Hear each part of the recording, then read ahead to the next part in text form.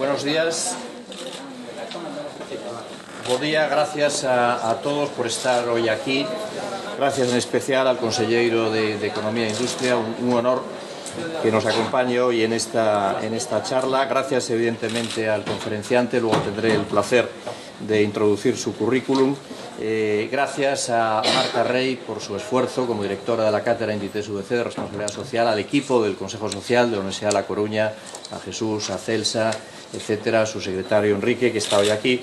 Gracias a todos vosotros por hacer posible pues este tipo de actos como el que vamos a celebrar hoy. Gracias, evidentemente, y una vez más, a Anxo Calvo, a la Facultad de Economía y Empresa, por su hospitalidad y por su apoyo continuo a la Cátedra Inditex UDC de Responsabilidad Social. Tiene la palabra Marta Rey García, directora de la Cátedra Inditex UDC de Responsabilidad Social. Gracias, presidente. Presidente decano, Sebastián, consejero, demás autoridades. Al margen de reiterar mi agradecimiento, no por obvio menos sincero, por supuesto al Consejo Social por la labor de organización de este ciclo de conferencias y al Grupo Inditex por su apoyo generoso e imprescindible para la marcha de esta cátedra. Quiero agradecer especialmente al profesor Royo que haya aceptado nuestra invitación a impartir la conferencia de hoy. Yo creo que nuestro conferenciante de hoy encarna muy bien la excelencia académica que la cátedra desde sus inicios se puso como objetivo alentar. Inició su formación universitaria en España y se doctoró en Estados Unidos, pero desde aquel momento se ha abierto camino en un competitivo mercado universitario. Yo diría que el mercado universitario en Estados Unidos es muy competitivo, pero en la ciudad de Boston, por la concentración de instituciones de educación superior de extraordinaria calidad, pues más competitivo todavía. Y lo ha hecho con una sólida carrera que combina la docencia, la investigación, la gestión también y la divulgación. Además, yo creo que la trayectoria suya de éxito en Estados Unidos pues no le ha impedido mantener vínculos muy generosos con España y, tengo que decir, fomentando siempre en aquel país no solo el valor de la marca de su país, que es el nuestro, sino también de los académicos españoles allí. Creo además que su trayectoria encaja muy bien con la impronta de internacionalización que esta cátedra también intenta, en la medida de sus posibilidades, pues imprimir en la Universidad Española. Muchos alumnos de la cátedra y alumni de la cátedra sabéis que procuramos que todos los conferenciantes y también los profesores y profesoras ordinarios de nuestro posgrado pues tengan una trayectoria internacional. Y además en estos ciclos de conferencias anuales procuramos que haya un conferenciante que dé pues una visión muy macro, muy global, muy de diagnóstico también, por qué no decirlo, de perspectiva, como la que va a dar hoy el profesor Royo desde la economía política. Y por último, agradecerle que haya aceptado el encargo de abordar un tema pues tan complicado y tan difícil, pero tan bonito, como qué hemos aprendido de esta crisis económica institucional. Me atrevo a decir que se ha producido una cierta banalización en España de la crisis como sinónimo, sin más matices, de oportunidad, ¿no? Y yo creo que hemos obviado en algunos momentos el hecho de que un fenómeno tan complejo y tan costoso socialmente como una crisis, pues solo se puede convertir en una verdadera oportunidad si se dan ciertas condiciones, ¿no? Condiciones que incluyen pues, que las personas y las instituciones revisemos nuestras pautas de comportamiento desde la responsabilidad y también, por qué no decirlo, desde una visión un poco más a largo plazo de los intereses particulares y sobre todo el bien común. De manera que muchísimas gracias por estar hoy aquí. Muchas gracias, Marta. Tiene la palabra el decano, don Anxo Calvo. Bo día. En primeiro lugar, grazas ao presidente do Consello Social por confiar na Facultade de Economía e Empresa para a organización dunha charla máis, dunha conferencia máis dentro da Cátedra RSC. Por suposto, quero agradecer ao profesor Sebastián Royo Medina a súa presenza na nosa facultade, que sen dúbida contribuirá a establecer un fito máis dentro do que é unha trayectoria na busca da excelencia e no camiño da internacionalización, como acaba de recordar agora a profesora Marta Rey. Tamén quero agradecer a Marta Rey, a profesora Marta Rey, a súa incesante actividade a prol do desenvolvemento das actividades da cátedra e, por suposto, a todas as autoridades, empezando polo Conselleiro de Economía e Industria e todas as persoas que hoxe nos acompañan pois neste acto que eu creo que é de relevancia académica de primeiro nivel. Por suposto, aos compañeros profesores e, sobre todo, tamén a razón de ser estas actividades que se desenvolven non só na facultade, senón tamén, en concreto, dentro da cátedra RSC patrocinada por Inditex, pois que sodes vos os alumnos a razón de ser de todo isto. Eu creo que hoxe vamos a asistir a unha conferencia, insisto, de primeiro nivel a nivel internacional. Estamos a falar dun profesor que representa unha trayectoria excelente no ámbito da docencia, no ámbito da investigación, e eu creo que poucas veces teremos ocasión de poder enfrontar, digamos, as nosas opinións, a nosa visión, as nosas inquedanzas coas opinións, a visión e as inquedanzas dunha persoa como a que hoxe nos acompaña aquí o catedrático de Ciencia Política, o profesor don Sebastián Rollo Medina. A min, como decano da facultade, só me resta pois facer que vos sintades o máis cómodos posibles todos os que se nos acompañades aquí e que me corresponde animarvos a que saquedes o máximo partido do que hoxe imos facer aquí. En definitiva, espero que esta sexa un punto máis nesta trayectoria, insisto, de primeiro nivel de excelencia a que xa nos ten acostumados, mal acostumados a cátedra de RSC patrocinada por Inditex e, en definitiva, bueno, pois facer votos para que esta trayectoria que xa empezou hai uns anos non só se consolide, que xa está plenamente consolidada, senón que faga da nosa facultade un centro de reflexión, un centro de excelencia tamén na creación de pensamento, non só en Galicia, senón a nivel de todo o mundo. Moitas grazas. Muchas gracias, decano. Bueno, yo por mi parte, pues hacer rápidamente dos reflexiones. La primera es sobre lo sugerente del título, ¿no? Es decir, crisis económica y crisis institucional, ¿qué hemos aprendido? Efectivamente, todos somos conscientes, el profesor Rollo lo ha escrito reiteradamente, de que la crisis ha tenido consecuencias devastadoras y probablemente absolutamente imprevisibles ni por el más pesimista de los analistas en sus orígenes en los años 2007 y 2008. Pero si por lo menos hoy, cuando parece que empezamos a salir de la crisis, podemos decir que hemos aprendido de tal forma que no se van a volver a repetir los errores que nos han metido en ella, podríamos decir que ha tenido consecuencias positivas. La pasada semana a mí me invitaban a dar una charla en Asturias sobre la universidad que viene o la universidad del futuro o la universidad que deberíamos de tener para hacer la España del futuro. Y yo hablaba de la importancia del talento. España no es un país de grandes riquezas naturales, energéticas. Lo más importante que tiene es el talento de sus personas. Por tanto, de alguna manera, estamos obligados a hacer una sociedad del talento y a hacer una economía del talento. Y no puede haber eso sin la aportación de las universidades. Las universidades son absolutamente esenciales en la promoción, en la formación del talento y, por tanto, en el desarrollo económico y social, en la creación de riqueza y empleo y en el bienestar social.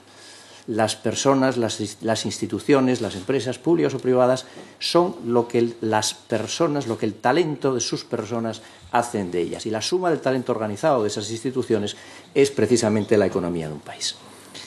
Y la pregunta es, al menos después de la crisis hemos aprendido a reconocer el valor de ese talento y los datos nos dicen que no. Yo citaba, por ejemplo, que entre el año 2010 y el 2014, ya en plena crisis, el gasto en educación, en general, escuelas y universidades, había caído en 7.300 millones de euros, casi un 17%, esperándose un nuevo recorte de más de 500 millones de euros para este año 2015. Que España, en el último dato conocido de aportación al PIB de educación, que fue el del año 2012, destinó un 4,4% frente a una media europea del 5,3%, o que España gasta en I+D+I el 1,24% de su PIB frente al 2% de media de la Unión Europea y muy lejos de los países de referencia que están bastante por encima del 3%. Hemos sido capaces a lo largo de estos años de hacer, mejor o peor, no lo sé, pero de hacer la reforma laboral, la reforma de las pensiones, la reforma del sistema financiero y la reforma del gobierno corporativo. pero no hemos hecho la reforma profunda del sistema educativo y, sobre todo, no hemos hecho la reforma de las universidades. El Consejo Social de la UDC le va a dar al profesor Royo el resultado de un trabajo, yo creo que meritorio, que hemos hecho, que es una hoja de Excel y un pendrive en el que se puede acceder de manera íntegra a más de 100 documentos, que son todos los que se refieren a la Universidad Española, tanto desde el punto de vista de normas jurídicas de aplicación como de informes sobre su gestión, gobernanza, financiación, aspectos académicos, etcétera, etcétera. Todos los informes que de alguna manera tocan el sistema de gestión, de gobernanza, lo que nos dicen es que ha tenido su sentido histórico, es indudable la valiosísima aportación de la Universidad Española a la democratización de la enseñanza, a la igualación y a la promoción social en los años de la transición, pero que hoy los tiempos cambian cada vez más en menos tiempo, los ciclos son más cortos, hoy necesitamos una profunda adaptación de la Universidad Española. Y esa adaptación la tiene que hacer la sociedad, porque la universidad no es de los académicos, ni de los alumnos, ni de su personal de administración de servicios, es de toda la sociedad, porque le da el sagrado servicio de la educación pública superior. Por tanto, la responsabilidad de dotar a la universidad de un sistema de gestión, gobierno y de una financiación que nos permita tener lo que no tenemos, universidades con excelencia internacional, y sí nos lo merecemos, es una responsabilidad de todos nosotros, es una responsabilidad de la sociedad. Seguro que el sistema laboral es muy importante, el sistema de las pensiones también, el sistema financiero, claro, el gobierno corporativo de las empresas. Acabamos de aprobar, ha entrado en vigor en enero de este año, una macro reforma del buen gobierno de las empresas con una nueva ley de sociedades de capital y un nuevo código de buen gobierno. Todo eso es muy importante, más que la formación profesional de nuestro talento en las universidades. Entonces, yo creo que tenemos el riesgo de no haber aprendido tras la crisis una lección, que es la importancia del talento y la importancia de las universidades. Y una segunda reflexión es sobre el tema de la desigualdad, que el profesor Royo ha tocado muy a menudo en sus trabajos. Vivimos en un entorno de economía de mercado. Geopolíticamente, yo creo que España, y por muchas razones, no se puede plantear otro sistema que el de economía de mercado. No sé si es el menos malo o es el mejor, pero desde luego yo creo que es el único posible. Y además lo completamos con un Estado social y democrático de derecho, evidentemente. Yo insisto mucho cuando hablo con los alumnos y cuando les imparto clases que no debemos cuestionar eso, sino todo lo contrario, fortalecer sus elementos comunes. Las empresas como instrumento básico de creación de valor y desarrollo económico y social y, por tanto, bienestar social. Las universidades como instrumentos de la educación pública superior, etcétera, etcétera. Eso no quiere decir, evidentemente, que el sistema de economía de mercado sea perfecto, que no lo es. Eso no quiere decir que no tienda a la comisión de excesos, como la crisis muestra evidentemente, y que no haya que corregirlos, que hay que corregirlos. Eso me lleva, porque estamos en una cátedra de responsabilidad social, a decir que al margen de políticas fiscales, de distribución, justicia social que se puedan realizar, muy convenientes, el inmenso papel que puede tener la responsabilidad social como instrumento corrector de los excesos de la economía de mercado para poner a la economía de mercado en términos de justicia, de cumplimiento de la función social que tiene que acometer, en esas tres funciones que tiene, como sabemos, la responsabilidad social. La ética y la transparencia y la rendición de cuentas, el buen gobierno de empresas y instituciones, la acción social, es decir, el compromiso de empresas e instituciones públicas y privadas con los sectores de la población más desfavorecidos o en riesgo de exclusión vinculados a su modelo de negocio, y el aspecto medioambiental, la obligación que tenemos, la sagrada obligación que tenemos, no solo de mantener, sino de mejorar el medio ambiente y trasladárselo como tal a las generaciones futuras. Me parece importantísimo que desde la universidad no cuestionemos esos fundamentos, porque alejaría a la universidad de la realidad social a la que nos debemos, porque tiraríamos piedras contra nuestro propio tejado y contra nuestro principal grupo de interés, que son los alumnos, que sois los alumnos, a los que os formamos para volcaros a una sociedad donde vais a ser empresarios o trabajar en una empresa, autónomos, etcétera, aunque algunos decidáis pues, ser funcionarios públicos, lo cual evidentemente me parecería muy bien, pero es importante que recalquemos este papel de la responsabilidad social y esta función de la universidad de estar muy apegada a la realidad social al servicio de vuestros intereses para poder integraros el día de mañana en la sociedad. El profesor Royo, que de todo esto que yo acabo de hablar sabe mucho, Es vicerrector y catedrático de Ciencias Políticas en el Departamento de Gobierno de la Universidad de Suffolk, en Boston. Imparte clases de política comparativa, política latinoamericana y europea y economía política internacional. Ha investigado exhaustivamente la política europea y española y la economía política comparada. Tiene esa magnífica doble perspectiva que le da su formación española y americana, que evidentemente a algunos nos produce sana envidia. Es codirector del Seminario de Estudios Ibéricos del Centro de Estudios Europeos de la Universidad de Harvard. Forma parte de diversos consejos editoriales, es especialista senior Fulbright y es fundador y copresidente del Grupo de Estudios Ibéricos de la American Political Science Association y columnista en el periódico 5 Días y tiene un blog en el Huffington Post, que yo recomiendo vivamente su lectura. Sus artículos y reseñas sobre política europea y política comparada han sido publicados en numerosas revistas. No voy a citar todas ellas porque es una larga enumeración. Y es autor de 7 libros. Los 2 últimos tienen los expresivos títulos, los 2 últimos de los que yo tengo noticia, tienen los expresivos títulos de Varieties of Capitalism in Spain y Lessons from the Economic Crisis in Spain. En la actualidad está trabajando en un libro sobre la crisis financiera en España. Profesor Royo, es un honor y un lujo para nosotros tenerte hoy aquí cuando quieras. Te escuchamos. Gracias.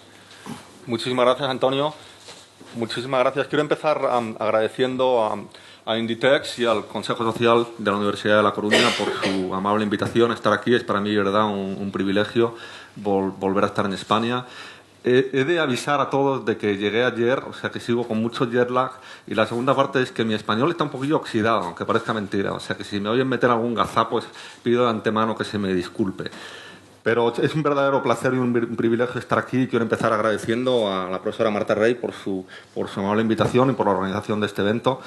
Por supuesto, a Antonio Abril y al Consejo por organizar esta serie de muy interesantes y muy prestigiosas conferencias y al decano Calvo por la amabilidad de tenernos en la Facultad de Economía, que como lo expresaba hace un momento, es la primera vez que tengo el placer de conocerla y me he quedado muy impresionado de ver las instalaciones. Y para empezar, si no les importa, voy a hablar de pie. No me gusta mucho lo de esconderme detrás de los baremos para que parezca que tengo miedo. Y quiero empezar un poco explicando el porqué de este proyecto. Y en el año 2008 me invitaron a dar una conferencia en la Universidad de Georgetown, en Washington, justo después de las elecciones generales en España, para hablar del resultado de las elecciones.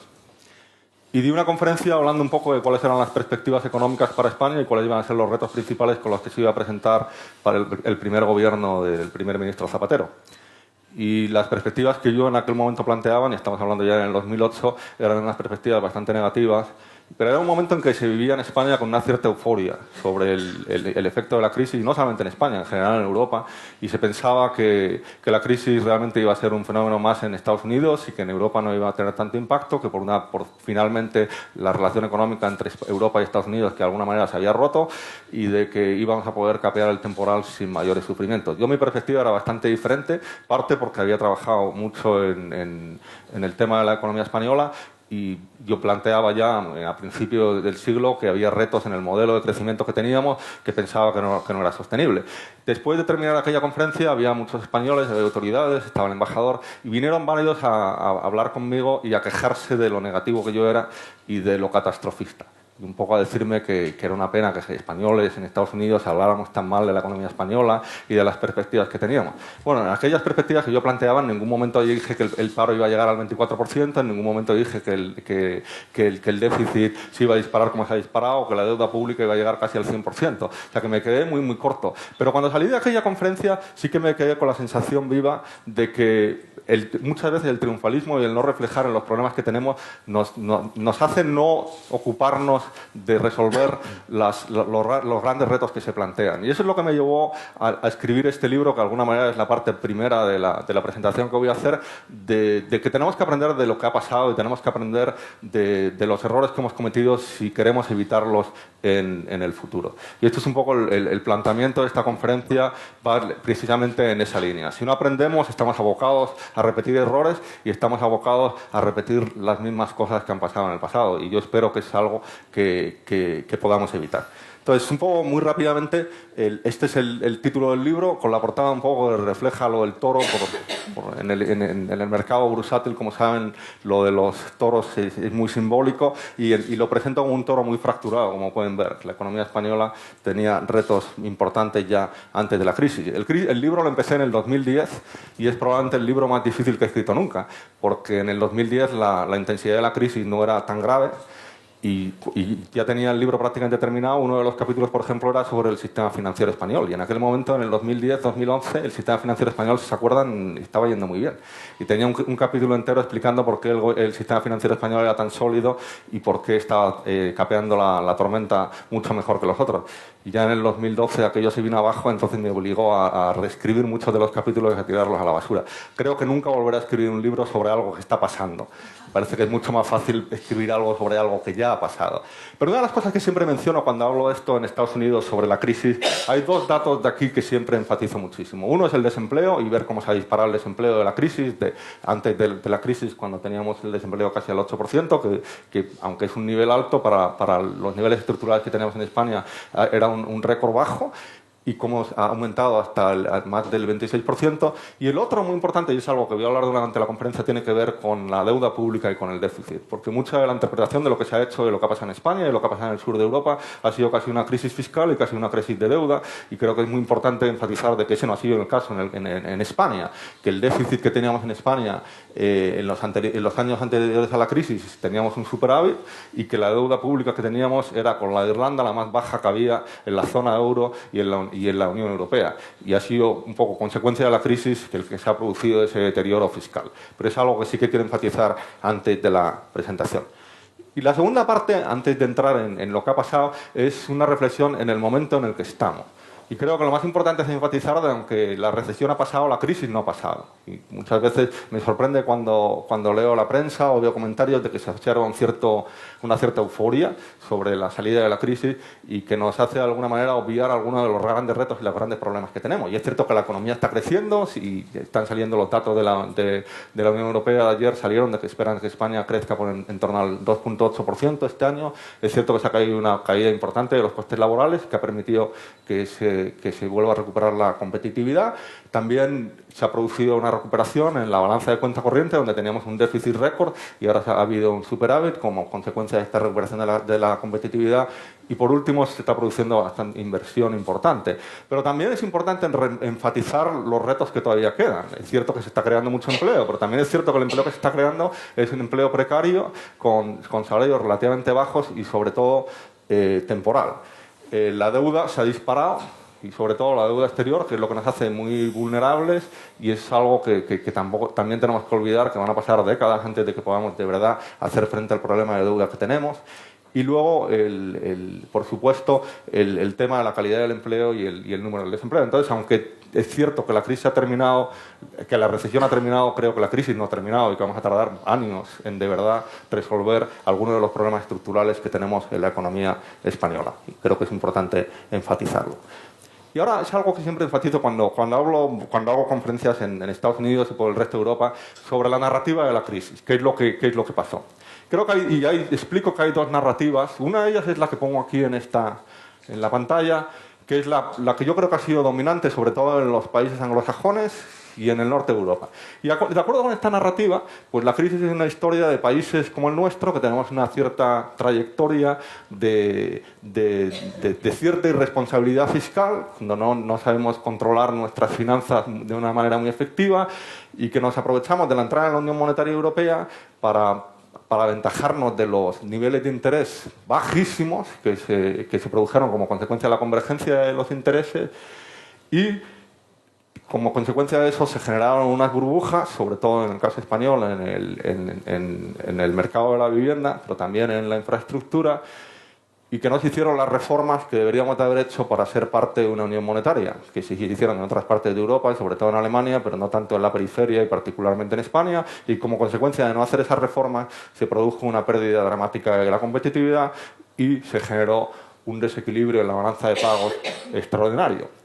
Cuando la crisis llegó, pues en vez de reconocer que nos habíamos equivocado y que no habíamos hecho las cosas que teníamos que hacer, pues lo que nos echamos a echar balones fuera, a echar la culpa a la estructura institucional de la Unión Monetaria, de la falta de una unión fiscal y de los problemas que tenía la Unión Monetaria, y a pedir ayuda a los países más ricos para que vinieran una vez al rescate y que nos permitieran de alguna manera mantener los estándares de vida que, de acuerdo con esta perspectiva, eran insostenibles e injustificados. Y la ayuda de estos países, desde la perspectiva del sur, pues se veía como algo que era una obligación, que los ricos tenían que ayudar a los pobres y que teníamos problemas, y como consecuencia de esos problemas, pues que lo razonable era que nos ayudaran. Esta perspectiva que tengo aquí ha sido un poco la narrativa que se ha leído en los últimos 4 o 5 años en la prensa anglosajona y en la prensa del norte de Europa, y es algo que de verdad se percibe como que se puede aplicar a cualquiera de los países de la periferia. Pero hay una segunda narrativa que quizá no es tan popular, pero que creo que también hay que enfatizar, que tiene una perspectiva bastante diferente. Por un lado, se nos animó a los países de la periferia a formar parte de una unión monetaria que ya desde su nacimiento tenía unos problemas estructurales e institucionales muy importantes. Era la primera vez que se creaba una unión monetaria de estas dimensiones sin una unión fiscal, sin una unión bancaria y con unas reglas que eran altamente cuestionables. Y, por supuesto, ¿quién eran los que pusieron esas reglas y que crearon esas instituciones? Los países del centro, los países más ricos, desde la perspectiva de lo que era más conveniente para ellos. La segunda parte de esta narrativa, que también se olvida, es que ahora siempre desde la perspectiva de los países del centro de Europa, de Alemania, pues están los países buenos, los que han hecho las cosas como se deberían de hacer, y los países pecadores, que hemos sido los irresponsables, que no hemos hecho las cosas que se deberían de hacer. En esa narrativa, por supuesto, lo que se olvida es que los 3 primeros países que violaron el Pacto de Estabilidad fueron Francia, Alemania y Portugal.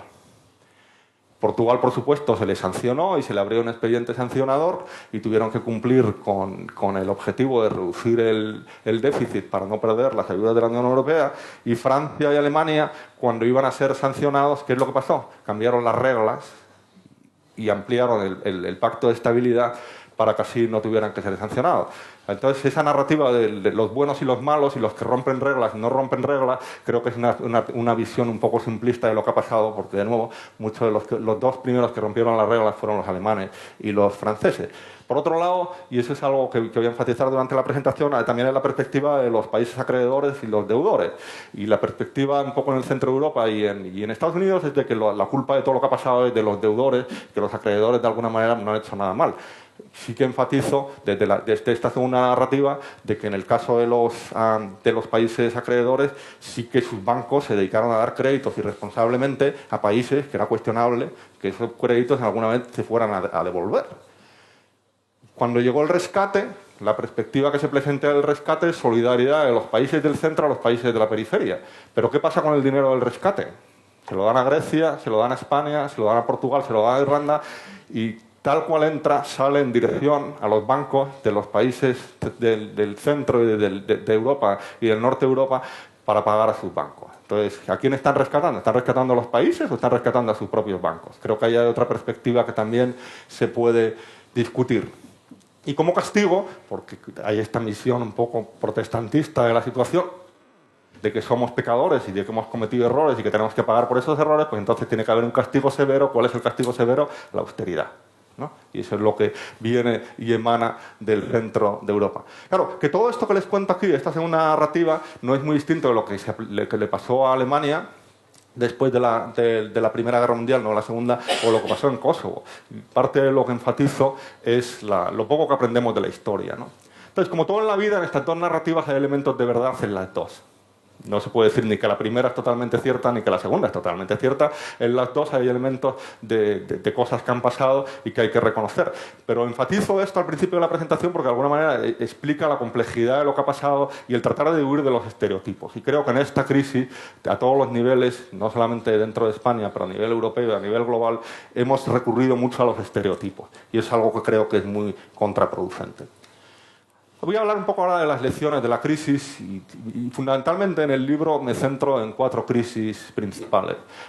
Y las hago por orden cronológico, de cómo pasaron. La crisis institucional, primero la de competitividad que mencionaba antes, la crisis fiscal y la crisis financiera. Entonces, la manera que yo describo lo que pasó en los años anteriores a la crisis es lo que en Estados Unidos llaman un veranillo de Indias. Yo creo que aquí en España es lo del veranillo de San Miguel. Pues es la perspectiva esta de que en España todo estaba muy bien, teníamos burbujas en muchas áreas, desde del mercado inmobiliario al mercado bursátil, al sector de las energías renovables, de la infraestructura, y todas esas burbujas daban la sensación de que las cosas estaban de verdad funcionando muy bien y que el país iba de maravilla y que estaba creciendo más que ninguno. Y en realidad lo que estaban haciendo muchas de estas burbujas era esconder los problemas internos, estructurales que tenía la economía española. Entonces, la primera crisis, y es la primera lección de la que hablo, es la crisis institucional. Y creo que una de las cosas que se ha hecho, y ahora mismo sí que está mucho en el candelero por las elecciones y por la discusión sobre lo que ha pasado con las instituciones, viene por ignorar la crisis institucional que se produjo en los años anteriores a la crisis. Y yo sí creo que quiero enfatizar mucho porque muchas de las interpretaciones que he visto hasta ahora hablan de la crisis de instituciones durante la crisis. Pero en la realidad lo que tenemos es que lo que se observa en las décadas anteriores a la crisis es que se produjo un deterioro y una degeneración en la calidad de nuestras instituciones que fue dramática y que se ignoró. Y es imposible entender lo que ha pasado en España en los años anteriores a la crisis, desde los abusos en las cajas de ahorro hasta la corrupción, si no entendemos lo que ha pasado con las instituciones que tenemos en el país. Creo que mucho de lo del capitalismo de amigos que llamo aquí, o el crony capitalism que llaman en Estados Unidos, viene marcado por este desgobierno de lo público, por procesos de decisión a nivel público que están muy desfasados y inadecuados, por las ineficiencias que había en las instituciones del Estado y por la corrupción política. Entonces, el argumento que hago en el libro, y creo que es muy importante el enfatizarlo, es que no se puede entender la divergencia que se produjo en el rendimiento de la economía española si no se analiza la divergencia que se produjo en la calidad de las instituciones españolas contra las de las instituciones europeas. Entonces, una de las observaciones que hago es cuando se observa cualquiera de los reportes que tengo listados ahí, de Competitiveness Report o del Banco Mundial o de Transparencia Internacional, lo que se ve en los años anteriores a la crisis es que España cada vez baja en el ranking. No, muchos de estos rankings son cuestionables porque son basados en estudios cualitativos, pero es muy indicativo que todos marcan una tendencia clara de deterioro, de degeneración en la calidad de las instituciones. Entonces, creo que es una explicación, un área clave para entender qué es lo que pasaba antes de la crisis, es fijarnos en lo que pasó con la calidad de nuestras instituciones y cómo permitimos que fueran politizadas y que se degeneraran hasta tal punto que generaron muchos de los problemas económicos que luego hemos venido a pagar durante la crisis. Entonces, creo que es muy importante el enfatizar el impacto de la crisis institucional. La segunda lección que enfatizo es el diagnóstico equivocado. Y aquí viene un poco en relación con la narrativa que explicaba al principio de la presentación. La crisis se ha presentado universalmente como una crisis fiscal, fundamentalmente como una crisis de países irresponsables que gastaban más de lo que recaudaban y que, como consecuencia de eso, eventualmente aumentaron su deuda a unos niveles que eran insostenibles. Y cuando llegó la crisis y se limitó el acceso a crédito, eso llevó a la explosión que hemos sufrido a partir de 2007-2008 en la mayoría de los países. En el caso de España, y esto también aplicaría al caso de Irlanda, es muy importante enfatizar que este no era el caso. En España, antes de la crisis, la situación fiscal que teníamos era una situación muy robusta, que teníamos superávit en nuestras cuentas interiores y que teníamos también un nivel de deuda que era lo más bajo que había en Europa y prácticamente en la mayoría de los países de la OECD, ¿no? Entonces, creo que este diagnóstico equivocado es muy importante porque cuando se percibió la crisis como una crisis fiscal, pues entonces, ¿cuál es el remedio a la crisis fiscal? La austeridad. ¿Por qué? Porque está gastando más de lo que tenemos, de lo que nos podíamos permitir. Lo que pasa en España es algo diferente. Teníamos un problema de deuda privada, no un problema de deuda pública. La deuda privada sí que estaba por encima del 200% del Producto Interior Bruto en los años anteriores a la crisis, pero la deuda pública, de nuevo, estaba en torno al 36 o al 37% del Producto Interior Bruto. Entonces, lo que en este gráfico muestra es la evolución del déficit público en los años anteriores y posteriores a la crisis. Y lo que se ve es que justo el déficit empieza cuando llega la crisis, no anterior a la crisis. Entonces, el diagnóstico equivocado llevó a tomar decisiones equivocadas. porque en todo el enfoque fue en el lado fiscal y en el lado de resolver los problemas fiscales, cuando lo que tenemos en España era una crisis diferente, y eso es la tercera lección que enfatizo, que es una crisis de falta o de pérdida de competitividad. Y la manifestación de esa pérdida de competitividad venía fundamentalmente por el rendimiento de nuestra cuenta corriente, en lo que llegamos a tener un déficit que casi alcanzó el 10% del Producto Interior Bruto antes de la crisis, y eso era algo absoluta y totalmente insostenible, ¿no? Pero quizá, y aquí hubiera debido ser el verdadero enfoque de resolver la respuesta a la crisis, no tanto enfocarnos y obsesionarnos con la crisis fiscal. Entonces, creo que esta es otra lección muy importante, que este error en el diagnóstico llevó a errores en la respuesta y errores en la solución, y que hubiéramos debido centrarnos mucho más en las reformas estructurales inicialmente que en el tema fiscal, como hicimos. Después, la cuarta crisis que menciono, y otra lección importante, es la del sector financiero. Y como explicaba al principio de la presentación, al principio de la crisis había un sentimiento de euforia en España, de que nuestros bancos eran los más sólidos del mundo, de que la crisis no había afectado a los bancos españoles, y quizá ahí pecamos de arrogancia y de soberbia y no reconocemos los problemas inherentes que había dentro de muchas de nuestras instituciones financieras.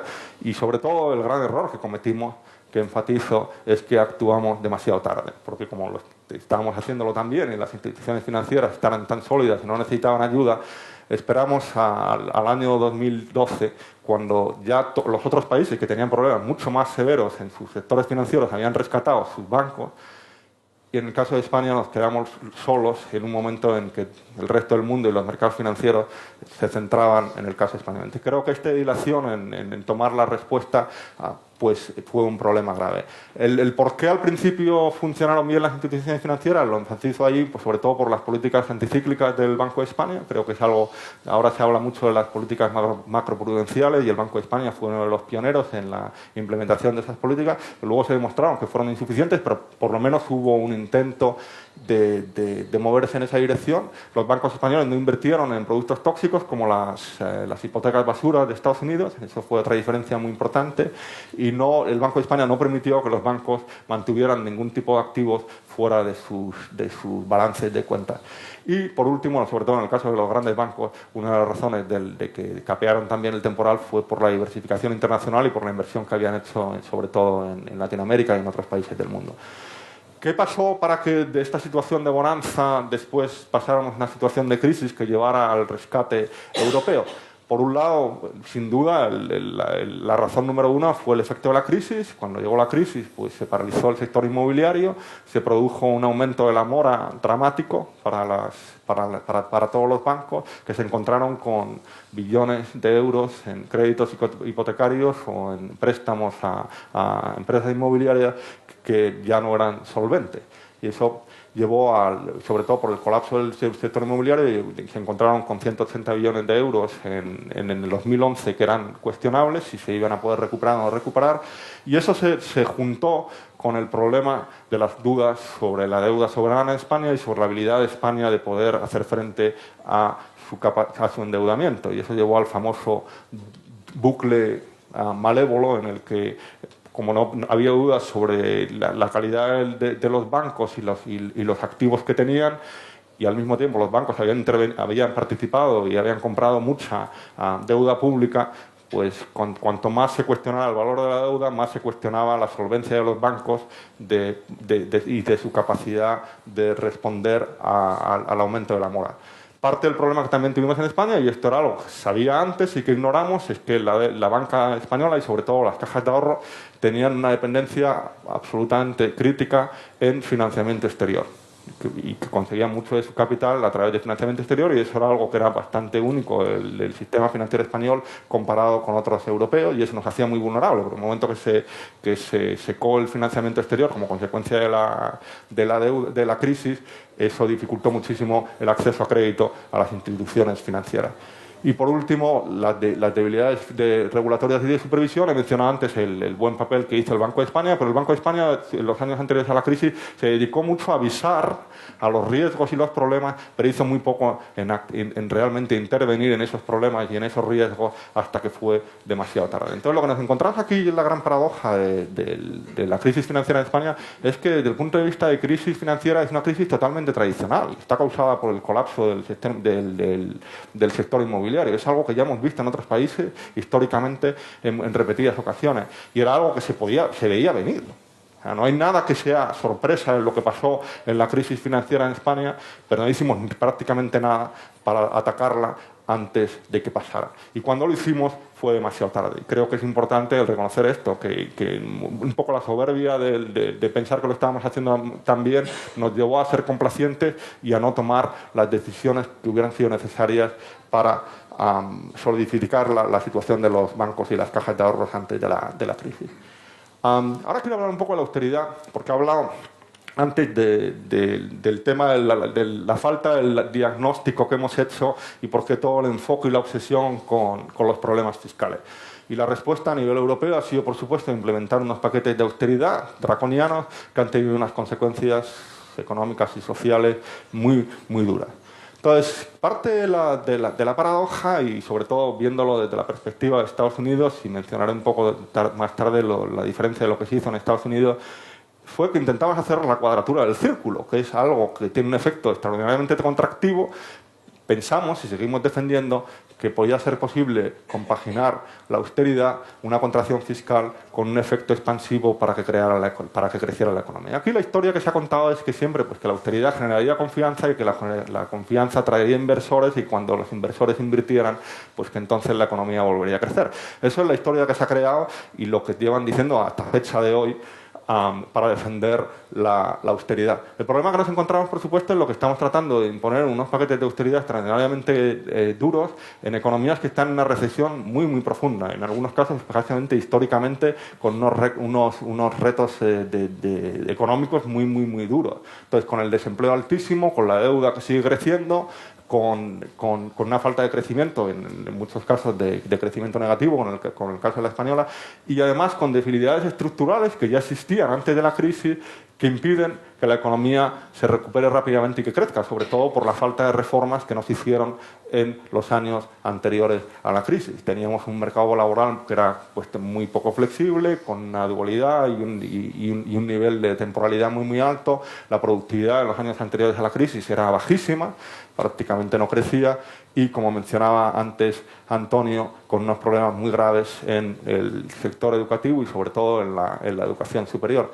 y al mismo tiempo con una necesidad de financiamiento exterior. Entonces tratamos de imponer austeridad en este contexto tan duro y de pensar que el poder recuperar la confianza de los mercados va a llevar a la reactivación económica, y es algo que a fecha de hoy todavía es cuestionable.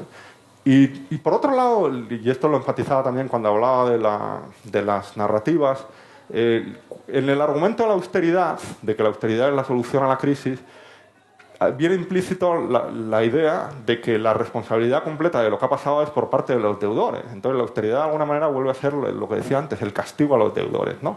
Han vivido irresponsablemente, han gastado demasiado, pues ahora tienen que pagar las consecuencias de haber vivido irresponsablemente, de haber gastado. Claro, en eso falta la responsabilidad de los acreedores, ¿no?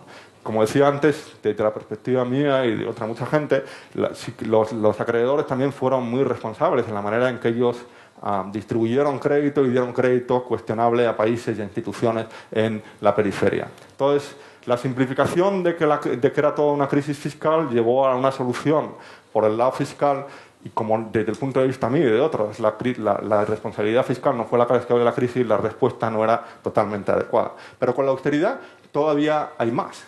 Y es que el Fondo Monetario Internacional sacó un trabajo recientemente, hace como unos 2 años, que se titula El bueno, el malo y el feo, 100 años lidiando con resacas de deuda. Y lo que hacen es un estudio de cómo han salido en los últimos 100 años países que se han encontrado con unas crisis de deuda muy fuertes, cómo han logrado salir de la crisis.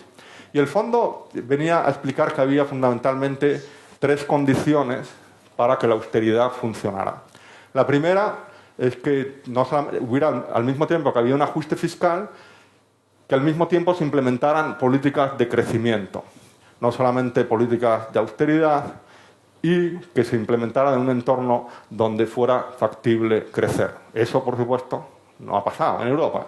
Segunda, que los países que más éxito han tenido a la hora de salir de situaciones de crecimiento de deuda con políticas de austeridad han sido los países que han implementado políticas estructurales profundas y sobre todo políticas estructurales que se centraban en el largo plazo. Y una de las áreas claves, y lo menciono porque es algo que no ha pasado ni en España ni en Europa en general, venía por el lado de las reformas de impuestos, ¿no?, para hacerlas más eficaces y más sostenibles. Entonces, esta era otra condición que el Fondo Monetario Internacional, una institución que no se caracteriza por sus políticas ni sus ideas progresistas, enfatizaba. Y la tercera condición para que funcionara la austeridad venía el reconocer de que llevaba tiempo el reducir el déficit, que no se puede hacer en periodos de 2 o 3 años como hemos tratado de hacer en Europa. Porque una vez que los países llegan a un nivel de deuda del 100% del Producto Interior Bruto, estimaban que tardaban una media de unos 15 años en reducirla solo 10 puntos. Y esto lo dice el Fondo Monetario Internacional analizando docenas de países en las décadas anteriores de la crisis.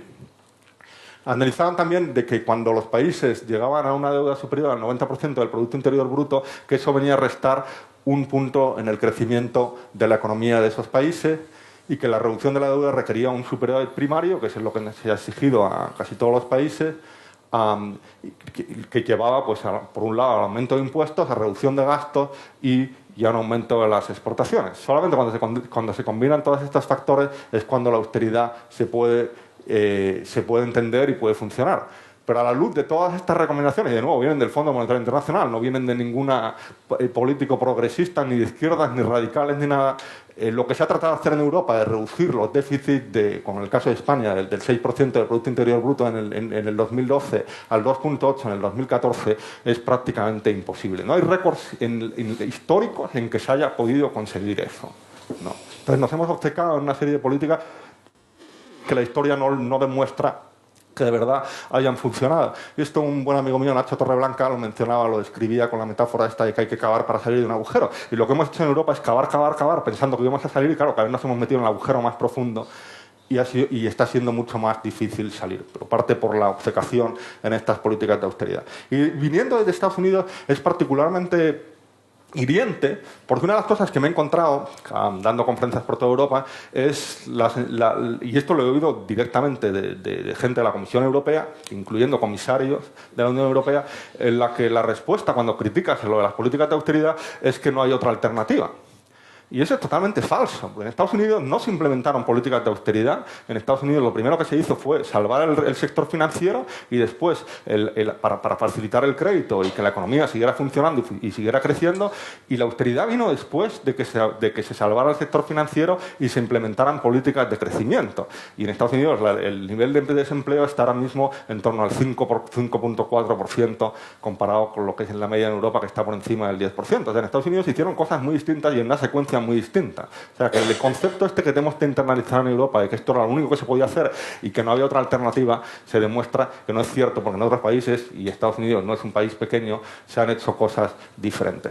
La salida de la crisis sí que está siendo distinta en el caso de España, y creo que es importante enfatizarla, porque por primera vez lo que tenemos es un crecimiento de las exportaciones que está llevando a una recuperación de la balanza de pagos y, como decía antes, había tenido unos récords de déficit en los años anteriores de la crisis y un aumento del consumo. Entonces aquí tenemos una secuencia que sí que está siendo distinta y que es esperanzador de que no esté solamente llevada por el consumo y por el aumento de la deuda, como has pasado en otros momentos. Y por otro lado, lo que es diferente de la salida de la crisis es que también se está consiguiendo a través de una devaluación salarial interna, no una devaluación de la moneda, que históricamente era la manera en que España y otras economías de la periferia hemos salido de las crisis a través de devaluaciones de moneda, y en este caso, siendo parte de la Unión Monetaria, no era posible, y lo que se ha producido ha sido una devaluación interna. El efecto de esta devaluación interna está siendo muy duro por la caída de los salarios y lo que ello conlleva, pero sí que ha sido clave para recuperar la competitividad. Lo que sí que es importante enfatizar, y lo pongo aquí por Oliver Blanchard, es el economista jefe del Fondo Monetario Internacional, de nuevo alguien que no tiene unas habilidades muy izquierdistas, cuando muchas veces hablamos eufóricamente precisamente de lo que está pasando en España y la maravilla de cómo estamos saliendo de la crisis, importante resaltar que mientras tengamos tasas de desempleo del 23, el 24%, es muy difícil el que alguien pueda sostener que lo que está pasando en España es un gran éxito, pese a todo lo que decimos y la mejora que se ha producido. La sexta lección que creo que quiero enfatizar es el tema de las reformas. Y como decía al principio de la presentación, uno de los problemas que nos planteamos en el caso de la economía española, pero también de otras economías periféricas, es que los años anteriores a la crisis realmente no hicimos las reformas estructurales que hubieran sido necesarias para que España tuviera éxito dentro de la Unión Monetaria. Y eso creo que es algo que hay que enfatizar. Y sí que se han hecho reformas estructurales muy importantes en los últimos 2-3 años. La reforma financiera ha sido importante y ha reflotado el sistema financiero, pero sí que es cierto que, contrariamente a lo que se dijo al principio, hasta ahora sí que ha supuesto un coste para los contribuyentes. Habrá que ver una vez que se privatice Bankia cómo termina todo, pero hasta ahora. La reforma laboral está creando empleo y han salido los últimos datos ayer muy esperanzadores de que se han creado 174.000, 175.000 empleos, pero de nuevo la calidad del empleo es un poco cuestionable y sobre todo si viene a ser empleo muy temporal y en sectores de salarios bajos. O sea, que es cuestionable que la reforma laboral esté corrigiendo la dualidad del mercado laboral, que es uno de los grandes retos y uno de los grandes problemas que hemos tenido cuando hablamos de la falta de competitividad de la economía española. Yo siempre mencionaba que una de las grandes claves ha sido la dualidad del mercado laboral, por lo que decía Antonio antes. El valor más importante que tenemos es el capital humano. Si no invertimos en el capital humano, ¿cómo podemos esperar que la gente sea productiva e innovadora, que es lo que de verdad necesitamos en una economía del siglo XXI? Y con contratos temporales es cuestionable que eso sea posible. Y hasta ahora pues no hemos sido capaces de resolver el tema de la dualidad del mercado laboral y la última reforma no parece que desafortunadamente lo esté corrigiendo. Y en las otras reformas que se han hecho, tanto la fiscal como la administrativa, pues todavía el jurado está pendiente de ver el resultado, no está claro si son suficientes o no son suficientes y si de verdad están resolviendo los problemas que había en todas esas áreas. La séptima lección que quiero enfatizar, y esto es muy importante, es el tema del ser miembro de la Unión Monetaria Europea. Y como todo tiene sus ventajas y tiene sus inconvenientes, y ser parte de una institución como la Unión Monetaria supone también el que haya unas desventajas y unas responsabilidades. Y quizás es algo que en los años anteriores a la crisis no hemos internalizado y actuado suficientemente en ello. Por un lado, es innegable que la entrada nos produjo efectos positivos inmediatos, sobre todo por la caída de intereses, como mencionaba antes, que llevaron los intereses a ser negativos en España y eso llevó a un aumento del crédito y del endeudamiento que luego hemos venido a pagar, ¿no? Y también se eliminaron los riesgos que había en los cambios de moneda, ¿no? Pero esto, que inicialmente era algo muy positivo, desde mi punto de vista también llegó a esta euforia y a esta borrachera de éxito en lo que de alguna manera se minimizaron las presiones para hacer las reformas que eran necesarias y que eran imprescindibles para ser parte de una unión monetaria, ¿no? Llevó a una explosión del consumo, llevó a una explosión del endeudamiento muy grande y esto llevó a un buen crediticio que fue una de las grandes causas de la burbuja en el sector inmobiliario en España, ¿no?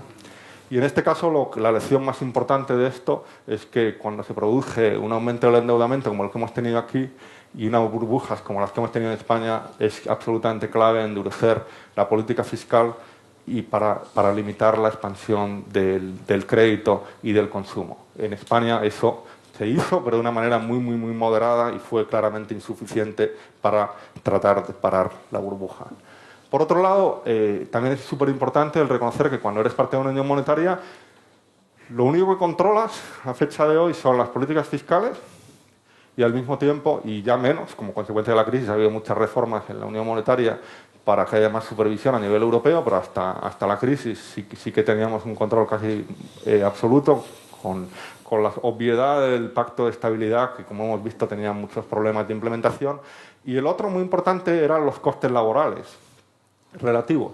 Esas son las dos áreas en las que de verdad podíamos haber trabajado y actuado en los años anteriores a la crisis para estar preparados. Y el problema que tenemos es que en España, tanto desde el punto de vista fiscal, porque el enfoque venía por el lado de la recaudación, no por el lado del coste, como en el tema de los costes laborales, donde se produjo un deterioro dramático en los costes unitarios laborales comparados con otros países europeos, pues teníamos debilidades muy importantes en los años anteriores a la crisis.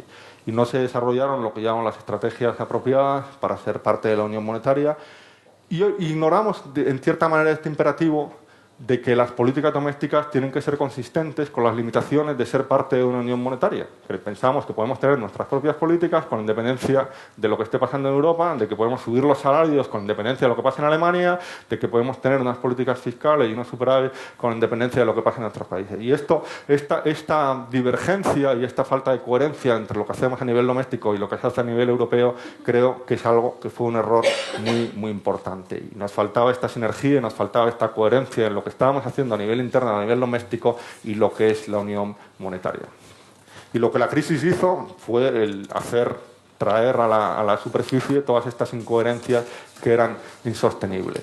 Cuando tenemos problemas, como teníamos de exceso de deuda, y en este caso, en el caso español, enfatizo de nuevo, de deuda privada, no de deuda pública, cuando teníamos burbujas como teníamos, cuando teníamos unas tasas de productividad tan bajas, cuando teníamos uno de los niveles de temporalidad de empleo más altos en el mundo, no solamente en la Unión Europea, y teníamos unas cualificaciones de nuestro capital humano tan bajo, estos son todos problemas domésticos, son problemas que tienen que resolver en España, que no podemos esperar que va a venir Bruselas ni Europa a resolver.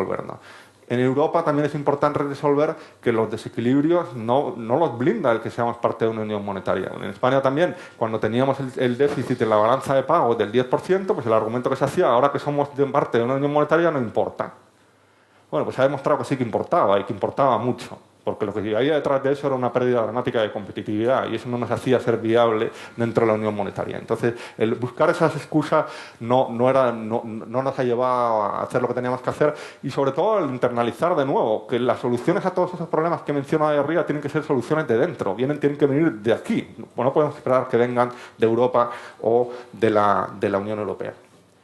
Y luego, por último, sí que lo menciono aquí, que también asumimos de que pues, una vez que entremos en crisis van a venir al rescate y eso pues no ha pasado. Lo que pasa en Europa es que en general todo tiene que ser negociado y las negociaciones son muy duras y rara vez consigues todo lo que quieres, ¿no?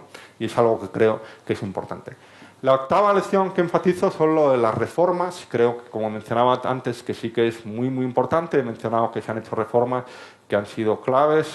Todavía es dudoso que sean suficientes y creo que una de las lecciones es que no debemos de otra vez volver a la complacencia y a pensar que ya lo hemos hecho todo y que estamos preparados y no seguir profundizando en muchas de estas reformas. Tenemos que seguir trabajando en el lado de los costes laborales unitarios, como hemos dicho, es absolutamente clave el no volver al pasado, de seguir con la indexación de salarios y con las cláusulas que permitían subir los salarios a niveles de inflación, cuando eso no es lo que está pasando en otros países europeos, porque eso es lo que nos llevó a esta pérdida de competitividad, como decía antes. Necesitamos, y esto ya está muy internalizado en la mayoría de los países, una gestión macroprudencial prudente.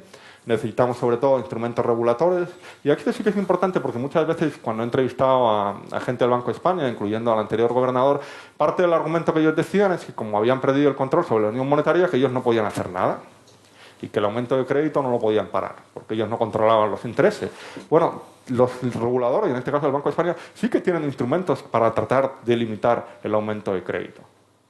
Y esto es parte de lo que menciono ahí, que creo que no se hizo de una manera suficiente y espero que, según avancemos, reconozcamos que sí que hay cosas que se pueden hacer, aunque seas parte de la Unión Monetaria, para limitar el aumento de crédito y del endeudamiento.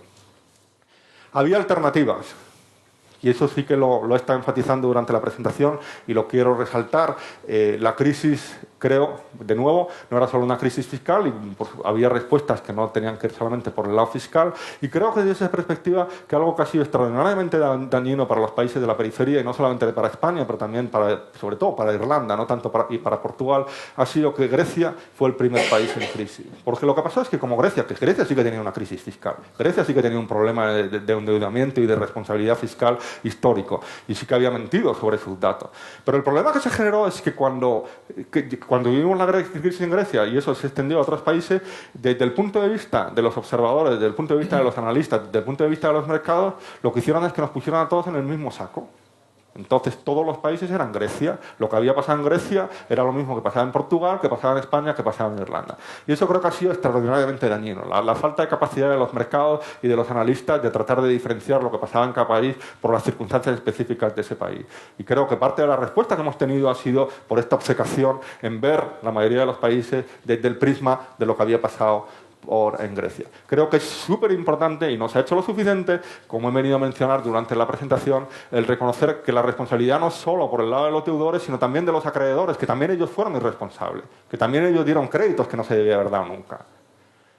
Y si no se reconoce eso, entonces toda la culpa y todo el precio se paga por el lado de los deudores. Y ha sido parte de la respuesta que hemos tenido. Si reconocemos que los acreedores son corresponsables y que ellos también han cometido errores, pues también sería natural exigir que los acreedores paguen parte de ese precio por la crisis. Teníamos esta ilusión equivocada de que la contracción fiscal podía ser expansiva. Se ha demostrado que eso ha sido extraordinariamente difícil, no que eso no se haya conseguido, pero con un coste muy alto. Y hemos tratado al mismo tiempo de hacerlo todo a la vez. Como decía antes, en Estados Unidos la secuencia fue resolver la crisis financiera, políticas de crecimiento, austeridad. Aquí en Europa hemos tratado de hacerlo toda la vez, excepto políticas de crecimiento.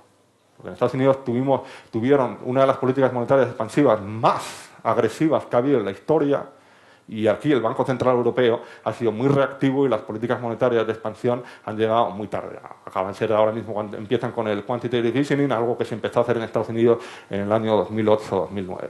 Entonces creo que eso, el tratar de combinarlo y la secuencia de eso en Europa se ha hecho mal y creo que el coste ha sido mucho más alto para Europa.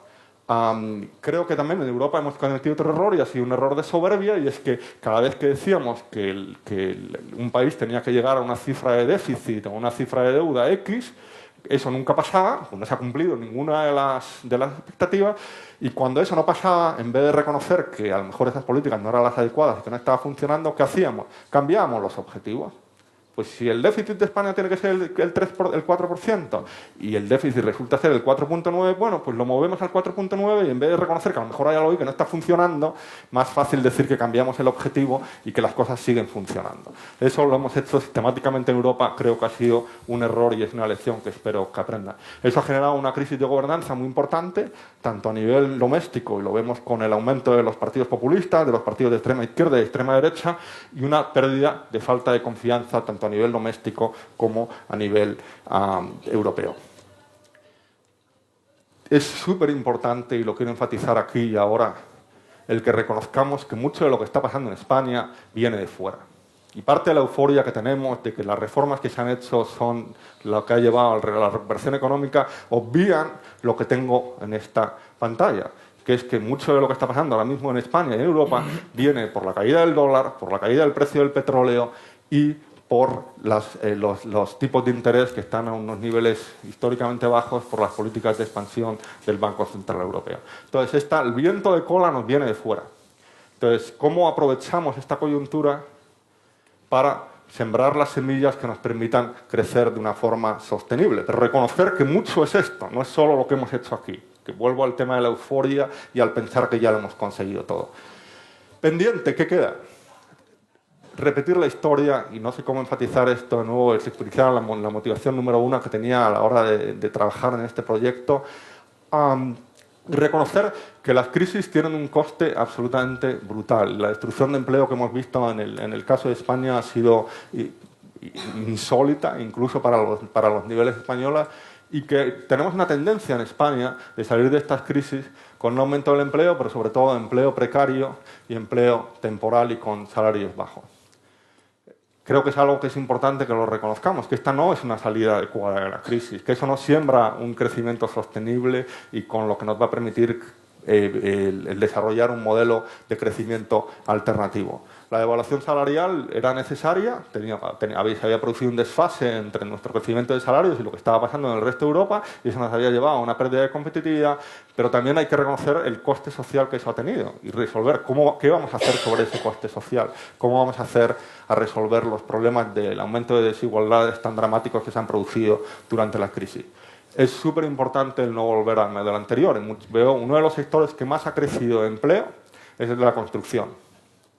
Yo ya en el año 2007 he terminado el libro, uno de los libros que escribí, preguntando qué quiere hacer España ¿Tener una economía viable, sostenible, de valor añadido o construir casas? En el 2007 la respuesta estaba muy clara. Lo que queríamos hacer era construir casas. Y estábamos muy contentos con el resultado de construir casas. Ese es el modelo que queremos para el futuro, porque ya hemos visto lo que pasó luego en el 2009.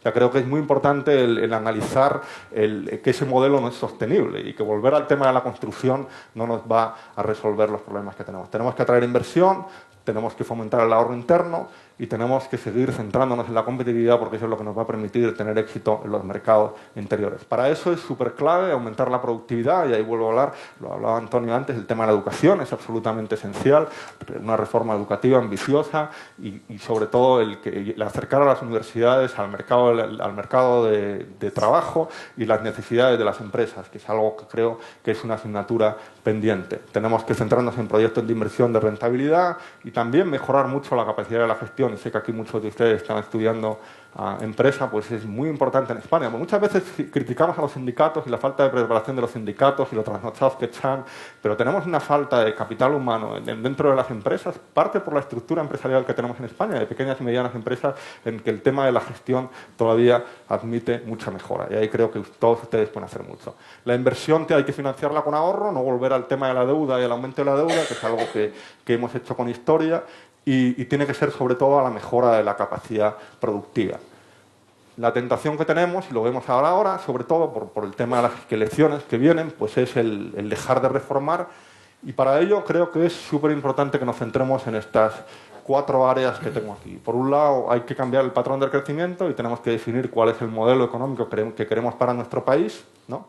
Cuál es el modelo productivo que queremos, el dejar de centrar el crecimiento en valores de poco sector añadido, y hacerlo mucho más, por el contrario, en sectores añadidos. Y ahí vuelvo a lo mismo. Mucho del empleo que se está creando ahora mismo viene en sectores de bajos salarios y con bajo valor añadido. Necesitamos un modelo energético, creo que es una asignatura muy importante para España que no hemos resuelto hasta ahora. Hay que aumentar la intensidad de conocimiento en la economía con investigación, con desarrollo, con innovación y con mucha más beca. Vuelvo al tema de la educación y el papel de las universidades claves en esta área, y luego la reforma administrativa, que sigue siendo un área donde sigue pendiente. Vuelvo a reiterar el reconocer que no todo lo que está pasando en España, lo bueno y la recuperación viene por lo que hemos hecho, sino por lo que está pasando fuera de España y cómo aprovechamos esto. Tenemos que priorizar el comercio exterior, la innovación, la industrialización y sobre todo, de nuevo, valor añadido, y no me cansaré de repetir eso. Creo que es la clave para construir un futuro sostenible para nuestro país. Y para ello es súper importante aumentar la productividad. Si hay algo que los economistas, que suelen estar en acuerdo en muy pocas cosas, no hay economista que esté en desacuerdo, es que no hay futuro sostenible si no hay aumento de la productividad. Y en España es algo que no hemos prestado suficiente atención en los años anteriores a la crisis. Conclusiones. La crisis, creo que desde el punto de vista europeo, no solamente de España, ha llevado a una erosión de la solidaridad. Creo que es algo que era uno de los principios fundacionales del proceso de construcción europea, y creo que es algo que como consecuencia de la crisis se ha erosionado de una manera muy significativa, y se ha erosionado a nivel europeo y a nivel doméstico. Y hemos vuelto a los juegos suma cero, ¿no? Tú ganas, yo pierdo, y aquí una guerra a ver quién es el que gana y quién es el que pierde. Parte de lo que ha llevado esto es el aumento de los nacionalismos por toda Europa y a estos acuerdos transaccionales en que yo te doy algo a cambio de que tú me des algo que no era algo que era tan característico y tan típico del proceso de construcción europea.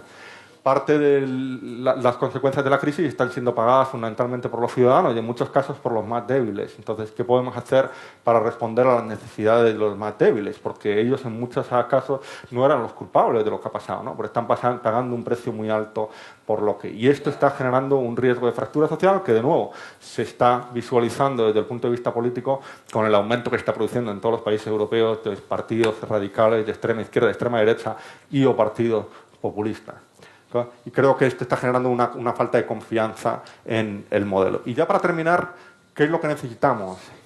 Economía sostenible, de nuevo, no dejar de mirar al corto plazo. Creo que si algo hemos pecado en España, y espero que sea una de las lecciones de la crisis, es que tenemos que mirar a largo plazo, que no podemos ser complacientes sobre lo que está pasando hoy, sino ser conscientes de que lo que está pasando hoy puede tener un efecto en 5, en 10 años, en 15 años, que es importante analizar. Necesitamos finanzas públicas estables, hay que centrarse en la competitividad, necesitamos mercados laborales flexibles, que es fundamental para competir dentro de una unión monetaria, y necesitamos un sistema de pensiones sostenible. Creo que hay acuerdo en que mucha de la solución tiene que venir por el lado de la integración, que necesitamos más Europa y que más Europa es lo que va a resolver muchos de los retos que tenemos en el siglo XXI. Pero también vuelvo a lo mismo, lo que no podemos esperar es que todas las soluciones de los problemas vengan de Europa. Los problemas en muchos casos son domésticos y necesitamos soluciones domésticas. Y ahí vuelvo al tema de las instituciones, que creo que es clave. Necesitamos instituciones sólidas, de calidad, que puedan permitirnos desarrollar las políticas económicas que van a tener éxito.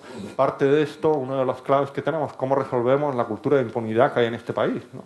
La sensación de que nadie va a la cárcel, pase lo que pase, no hay consecuencias, y creo que es algo que es extraordinariamente dañino, ¿no? Y esto es un reflejo, de nuevo, de la falta de coherencia y la falta de fortaleza de muchas de nuestras instituciones, empezando por la judicatura. Muchas de las soluciones que no son claras, volvemos a lo mismo, estamos tratando de combinar la austeridad y eso es lo que nos está llevando a ese aumento del endeudamiento y cómo vivimos en una era de austeridad. Creo que es importante. El ser europeo, creo que, y esto lo he percibido no solamente tanto en España, sino en muchos de los países de la periferia, en Portugal, en Irlanda, cuando he estado, donde había países y ciudadanos que estaban entusiasmados sobre ser parte de Europa y del proceso de construcción europeo, y ahora la crisis ha llevado a un escepticismo muy grande sobre lo que representa Europa y sobre la pertenencia de nuestros países a Europa, porque ya los beneficios no son tan claros como eran en los años anteriores a la crisis. Y para España, Europa siempre era la solución. Y queríamos emular a los otros países europeos. Y ahora de repente nos quedamos un poco descabalgados porque no sabemos si de verdad Europa nos ha ayudado o nos ha hecho más daño durante la crisis, ¿no?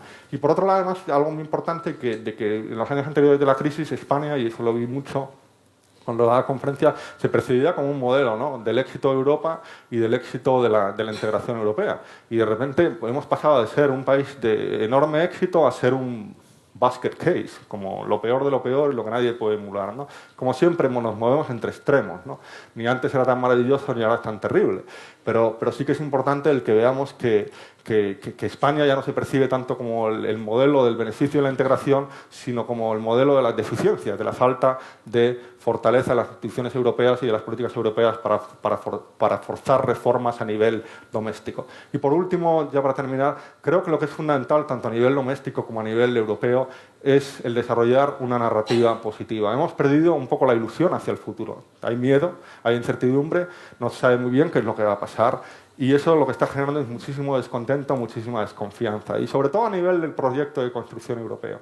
Cómo ilusionamos a la gente para que piense que estamos en el mismo barco, que tenemos que trabajar juntos y que hay un futuro mejor y que tenemos que todos remar en la misma dirección para llegar a ese futuro mejor. Creo que esta narrativa positiva falta. Todavía estamos en una fase de mucha crítica, de mucho miedo, de mucho resentimiento. Y hasta que no creemos esta narrativa positiva, creo que desde el punto de vista político va a ser muy difícil hacer las cosas que tenemos que hacer. Muchísimas gracias a todos.